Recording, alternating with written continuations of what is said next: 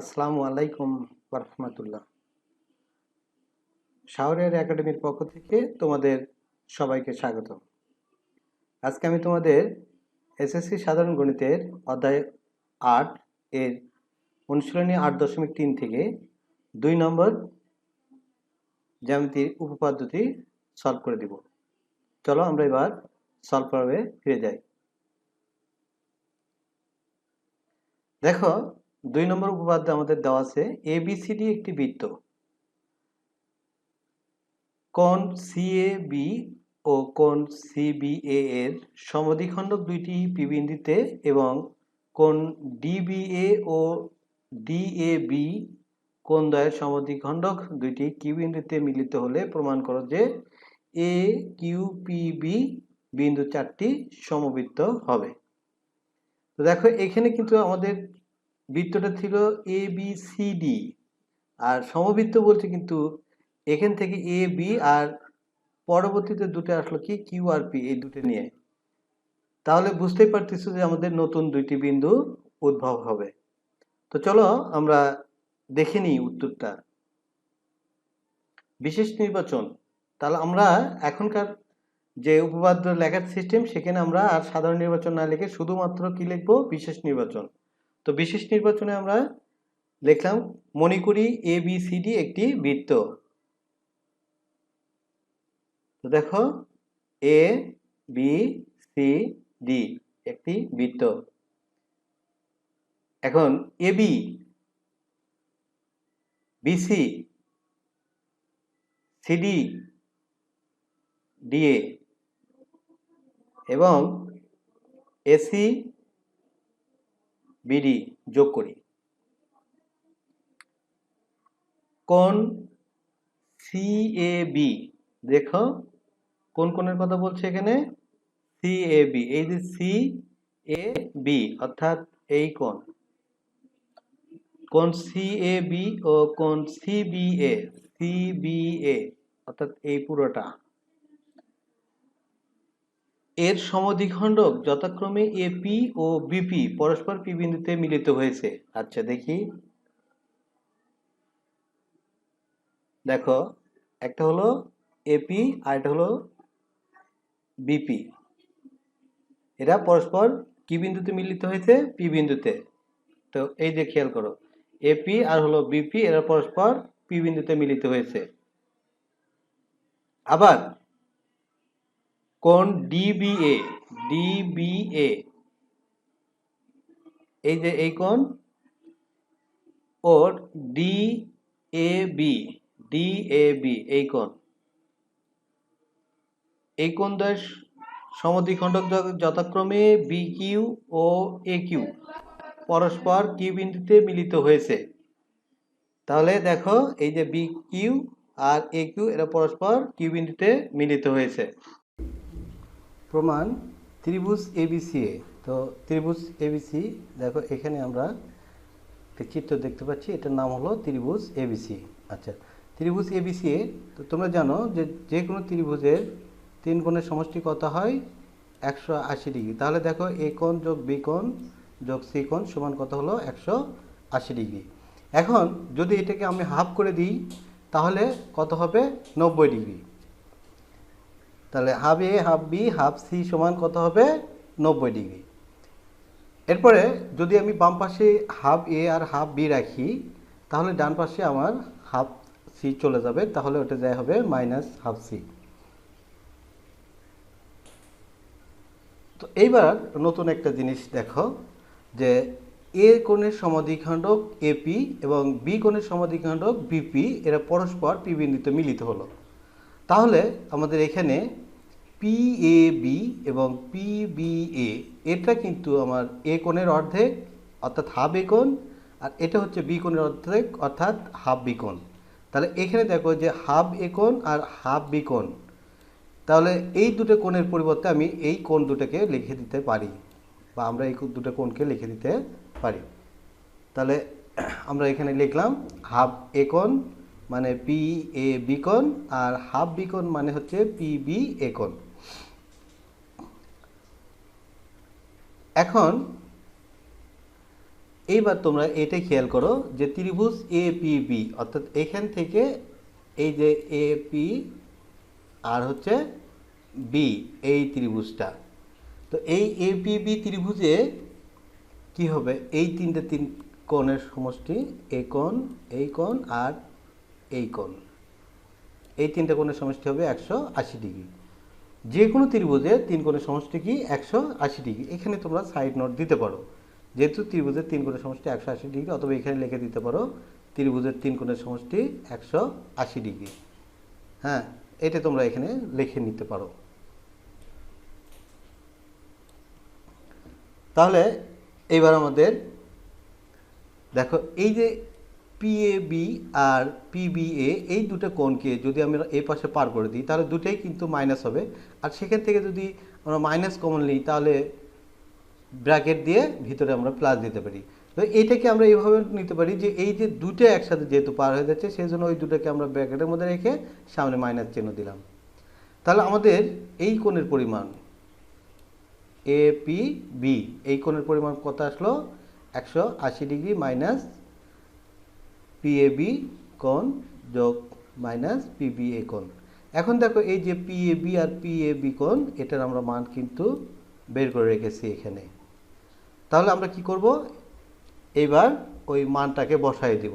তাহলে এটার মান কত আছে আমাদের এখানে, এটার মান আছে আমাদের 90 ডিগ্রি মাইনাস হাফ কোণ সি। তো দেখো এখানে আমরা বসাই দিলাম মাইনাস 90 ডিগ্রি। তাহলে এখানে যেহেতু আমাদের মাইনাস আছে সেই জন্য আমরা এখানে মাইনাস দিলাম, তারপরে এখানে মাইনাস আছে, এই মাইনাস মাইনাস এখানে প্লাস হাফ কোণ সি।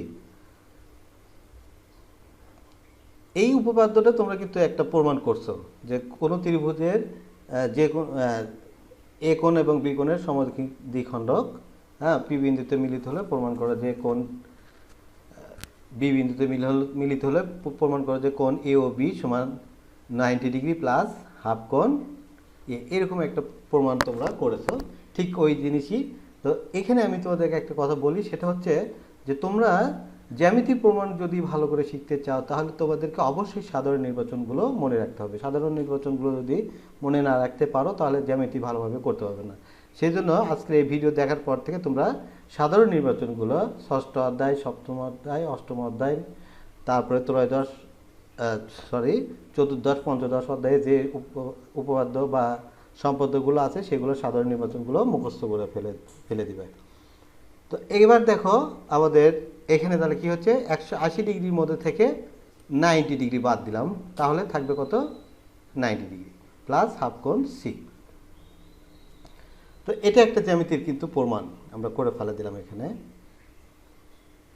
এবার আসো যে এখন এই দুটোকে যদি আমি বাম পাশে নিয়ে যাই আর এটাকে ডান পাশে নিয়ে যাই, অর্থাৎ পক্ষান্তর করি, এখানে তোমরা সাইড নোট দিতে পারো পক্ষান্তর করে।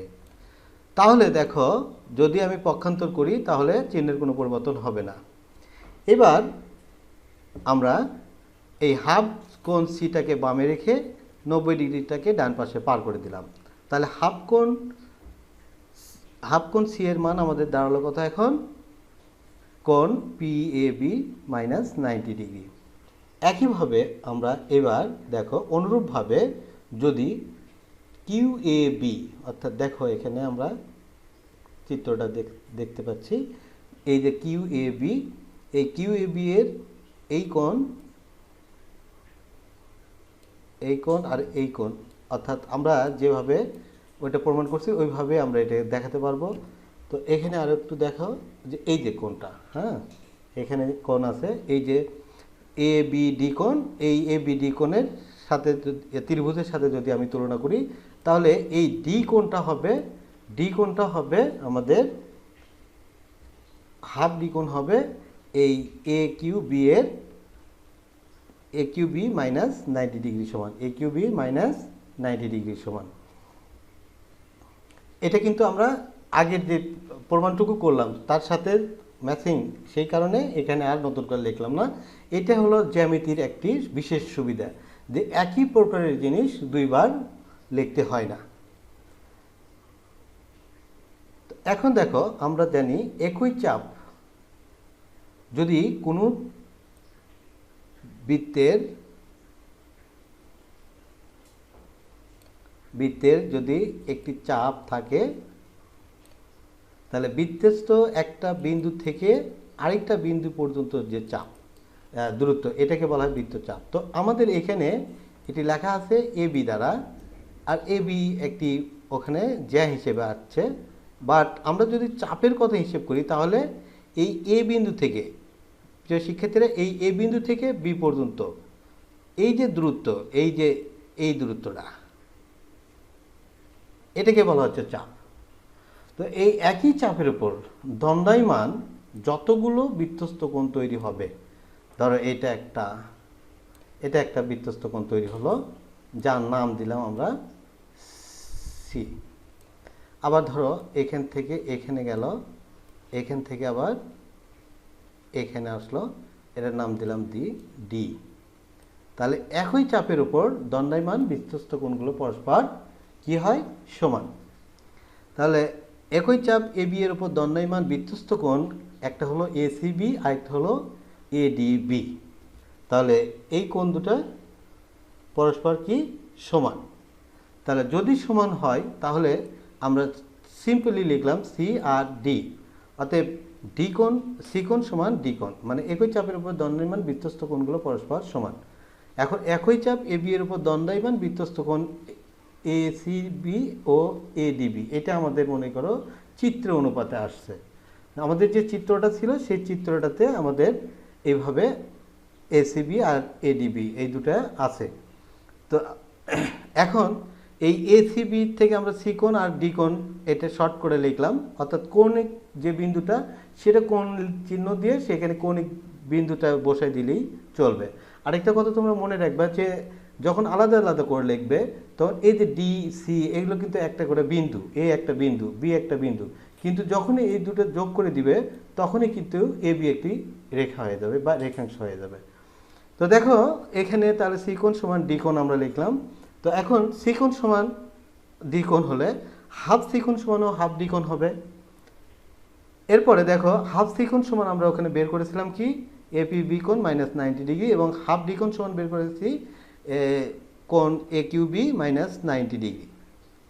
তো এখন উভয় পক্ষ থেকে যদি -90° আমরা বাদ দিয়ে দিই, এটা আর এটা যদি বাদ দিয়ে দিই, তাহলে আমাদের থাকবে কি? কোণ এপিবি সমান কোণ এ কিউ বি। কিন্তু এই এপিবি ও এ কিউ বি কোণদ্বয় এ বি বিন্দুদ্বয়ের সংযোজক সরল রেখা, এই যে এ বি বিন্দুদ্বয়ের সংযোজক সরল রেখা,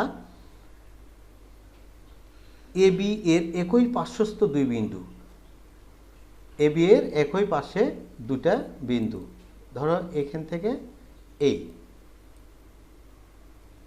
এখানে, তাহলে একই পাশে দুটো বিন্দু, এটা হলো কি? আমাদের কিউ। আবার এখান থেকে এটা আর এটা হলো আমাদের পি। তাহলে প্রিয় শিক্ষার্থীরা দেখো যে এই যে একই পাশে দুইটা বিন্দু পি ও কিউ এ উৎপন্ন হয়েছে, মানে এই দুটো কোণ পি আর কিউ বিন্দুতে উৎপন্ন হয়েছে, অর্থাৎ এই কৌণিক বিন্দু হচ্ছে পি ও কিউ, এবং এই কোণ দুটো পরস্পর কি? সমান দেখাচ্ছি আমরা, এটা কোণ দুটো পরস্পর সমান।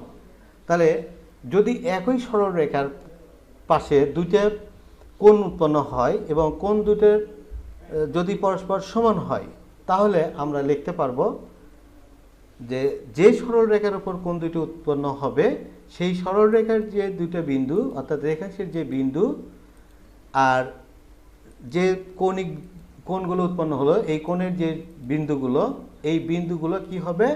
সমবৃত্ত হবে। তাহলে আমরা লিখতে পারি অতএব এ কিউ পি বি বিন্দু চারটি সমবৃত্ত। তো এটি আমাদেরকে প্রমাণ করতে বলা হচ্ছে, তো আমরা এটা লিখে দিতে পারি প্রমাণিত। তো এখানে একটা জিনিস তোমরা খেয়াল করো যে এইটাকে যদি তোমরা এভাবে দেখো, তাহলে দেখো যে এটা একটা কিন্তু অর্ধবৃত্তস্থ কোণ, অর্থাৎ বৃত্তের অর্ধেক কোণ। তাহলে অর্ধবৃত্তস্থ কোণ যদি হয়, তাহলে এই অর্ধবৃত্তস্থ কোণের এটা হচ্ছে ব্যাস। তো এই ব্যাসের উপরে এটা একটা কোণ। তো তোমরা জানো যে অর্ধবৃত্তস্থ কোণ মানে কি? এক সমকোণ। অর্ধবৃত্তস্থ কোণ এক সমকোণ। তাহলে এই পাশে এটাও আমরা দাগালাম, এটাও এক সমকোণ। আবার এটাও তোমরা জানো যে বৃত্তের একই চাপের উপর দণ্ডায়মান বৃত্তস্থ কোণগুলো পরস্পর সমান, তাহলে এই কোণ দুটো কি হবে? পরস্পর সমান হবে। তাহলে এই যে পরস্পর সমান হলো, তাহলে এখানে দেখো এই যে বিন্দু দুটো আসলো, এই দুটো বিন্দু কিন্তু আমাদের কি দেখা যাচ্ছে যে ওই বৃত্তের উপর অবস্থিত। তাহলে এই দুটো বিন্দু ওই বৃত্তের উপর অবস্থিত, এই এ বিন্দুটাও কিন্তু ওই বৃত্তের উপর অবস্থিত। তো এটা জাস্ট তোমাদেরকে মানে মনে করে যে এইগুলো যখন আমরা প্রমাণ করতে যাচ্ছি তখন এই জিনিসগুলোকে তোমরা তোমাদের সাপোর্ট হিসেবে মনের মধ্যে ধরে নিয়ে এই প্রমাণটি করবে। তো প্রিয় শিক্ষার্থীরা, আমি আশা করি যে তোমরা আমার এই যে বিশ্লেষণমূলক যে প্রমাণ, এটি মোটামুটি আমি তোমাদের বোঝার মতো করে আলোচনা করেছি। তারপরে তোমরা যদি কোনো জায়গায় বুঝতে তোমাদের সমস্যা হয় বা সমস্যা থাকে, তাহলে তোমরা আমাকে কমেন্টে জানাবে। ইনশাল্লাহ আমি চেষ্টা করব তোমাদের সেই জায়গাতে বুঝে দেওয়ার জন্য। তো আজকে এই পর্যন্তই রাখছি। সবাই ভালো থেকো, সুস্থ থেকো। আল্লাহ হাফেজ।